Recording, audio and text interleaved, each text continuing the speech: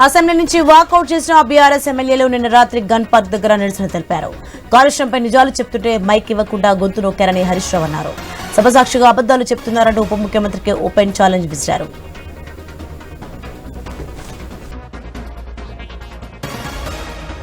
ముప్పై 33 సార్లు మా ప్రసంగాన్ని అడ్డుకునే ప్రయత్నం చేశారు. పచ్చి అబద్ధాలు. ఇలా సభలో మేం మైక్ కావాలని దాదాపు గంటన్నర సేపు స్పీకర్ గారిని, ఎల్ఏ మినిస్టర్ గారిని మేము ప్రాధేయపడ్డా కూడా మైక్ ఇవ్వలేదు.